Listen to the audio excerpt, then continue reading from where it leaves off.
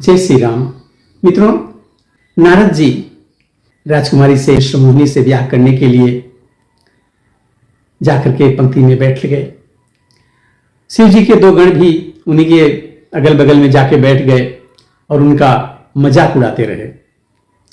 इसी क्रम में आगे क्या होता है, चलिए देखते हैं कथा के माध्यम से। मुनि ही मोह मन हाथ पराए, हंसी शंभुगन अति सचुपाए।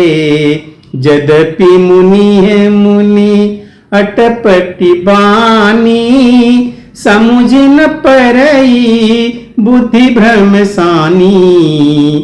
नारद मुनि को तो मोह हो रहा था, क्योंकि उनका मन दूसरे के हाथ माया के बस में था। शिव जी के गण बहुत प्रसन्न होकर के हंस रहे थे। यद्यपि मुनि उनकी अटपटी बातें सुन रहे थे, पर बुद्धि भ्रम में सनी होने के कारण वह बातें उनकी समझ में नहीं आती थी। उनकी बातों को वे अपनी प्रशंसा समझ रहे थे। काहुन लेखा स्वचरित विशेखा, सो स्वरूप नृप कन्या देखा। मरकट बदन भयंकर देही, देखत हृदय क्रोध भाते ही। इस विशेष चरित्र को और किसी ने नहीं जाना, केवल राजकन्या ने नारद जी को वह रूप देखा। उनका बंदर का सा मुंह और भयंकर शरीर देखते ही कन्या के हृदय में क्रोध उत्पन्न हो गया। सखी संगले कुंवरी तब, चली जनुराज मरार। देखत फिरई महीप सब, कर सरोज जयमाल। तब राजकुमारी सखियों को साथ लेकर इस तरह चली मानो राजहंसनी चल रही है। वह अपने कमल जैसे हाथों में जयमाल लिए हुए सब राजाओं को देखती हुई घूमने लगी। जही दिसी बैठे नारद फूली, सो दिसी तेही न बिलो की भूली। पुनि पुनि मुनि उक सही कुलाई, देखी दसाहर गन मुस्काई। जिस ओर नारद जी रूप के गर्भ में फूले बैठे थे, उस ओर उसने भूलकर भी दृष्टि नहीं डाली। नारद मुनि बार बार उचकते हैं और छटपटाते हैं। उनकी यह दशा देखकर शिव जी के गण मुस्कुराते हैं। धरि निप तनु तह गयो कृपाला, कुमरी हरसी में लेवु जय माला। दुलहिनी लई गए लक्ष्मी निवासा, निप समाज सब भयहु निराशा। कृपालु भगवान भी राजा का शरीर धारण कर वहां जा पहुंचे। राजकुमारी ने हर्षित होकर उनके गले में जयमाला डाल दी। लक्ष्मी निवास भगवान दुल्हन को ले गए। सारी राजमंडली निराश हो गई। मुनि अति बिकल मोहमति नाठी, मन गिर गई छूट जनु गाठी। तब हर गन बोले मुस्काई, निज मुख मुकुर बिलो कहूं जाई। मोह के कारण मुनि की बुद्धि नष्ट हो गई थी। इससे वह राजकुमारी को गई देखकर बहुत ही विकल हो गए, मानो गांठ से छूटकर मणि गिर गई हो। तब शिव जी के गणों ने मुस्कुराकर कहा, जाकर दर्पण में अपना मुंह तो देख लीजो।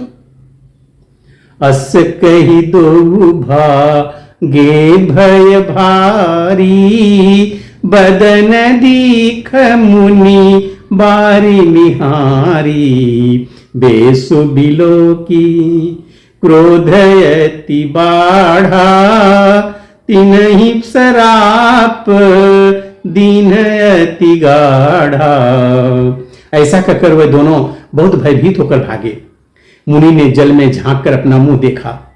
अपना रूप देखकर उनका क्रोध बहुत बढ़ गया। उन्होंने शिव जी के उन गणों को अत्यंत कठोर श्राप दिया। हो निशाचर जाई तुम कपटी पापी दो, हंस्यहु हमहि सो लेहु फल, बहुरी हंस्यहु मुनि को। तुम दोनों कपटी और पापी जाकर राक्षस हो जाओ। तुमने हमारी हंसी की, उसका फल चखो। अब फिर किसी मुनि की हंसी नहीं कर सकोगे।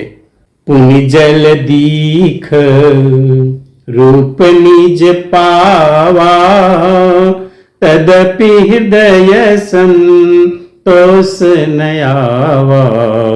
फरकत अधर कोप मन माही, सपदि चले कम लापति पाही। मुनि ने फिर जल में देखा तो उन्हें अपना असली रूप प्राप्त हो गया था। तब भी उन्हें संतोष नहीं हुआ। उनके होठ फड़क रहे थे और वे मन में क्रोध भरे हुए थे और तुरंत ही वे कमलापति के पास चल पड़े। देहु साप की मारी हूँ जाई, जगत मोरे उपहास कराई। बीचही पंथ मिले दनुजारी, संगर माँ सोई राजकुमारी। मन में सोचते जाते थे कि जाकर या तो श्राप दे दूंगा या प्राण दे दूंगा। उन्होंने जगत में मेरी हंसी कराई। दैत्यों के शत्रु भगवान हरि उन्हें बीच रास्ते में ही मिल गए। साथ में लक्ष्मी जी भी और वही विश्वमोहिनी राजकुमारी भी थी। बोले मधुर बचन सुरसाई, मुनि कहाँ चले बिकल की नाई। सुनत बचन उपजायति क्रोधा, माया वसन मन बोधा। देवताओं के स्वामी भगवान ने मीठी वाणी में कहा, हे मुनि, व्याकुल की तरह कहाँ चले। ये शब्द सुनते ही नारद को बड़ा क्रोध आया। माया के वशीभूत भूत होने के कारण मन में चेत नहीं रहा। पर संपदा सकहु नहीं देखी, तुम्हारे ईर्षा कपट विसेखी।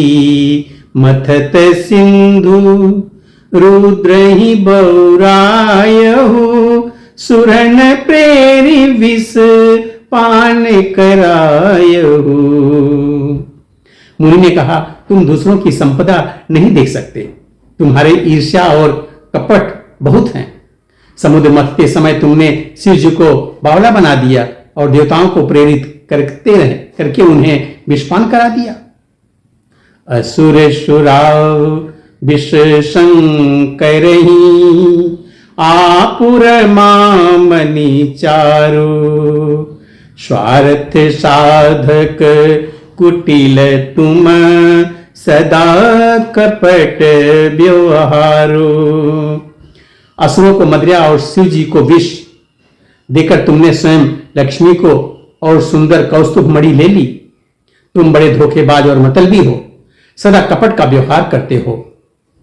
परम स्वतंत्र न सिर पर कोई, भावई मन ही करहु तुम सोई।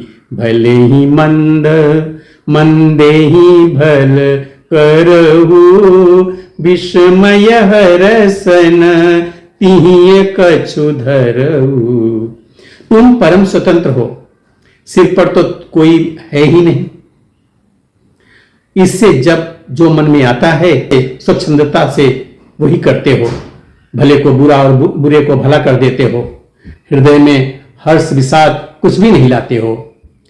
डहकी डहकी परिचेहु सब काहू, अति असंक मन सदा उछाहू। कर्म शुभाशुभ तुम ही न बाधा, अस लगी तुम ही न काहू साधा।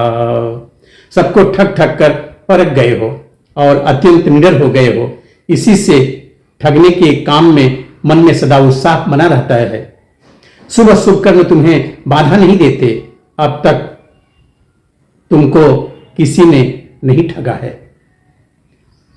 मित्रों, अब आगे की कथा हम अगले वीडियो में देखेंगे। तब तक के लिए जय श्री राम।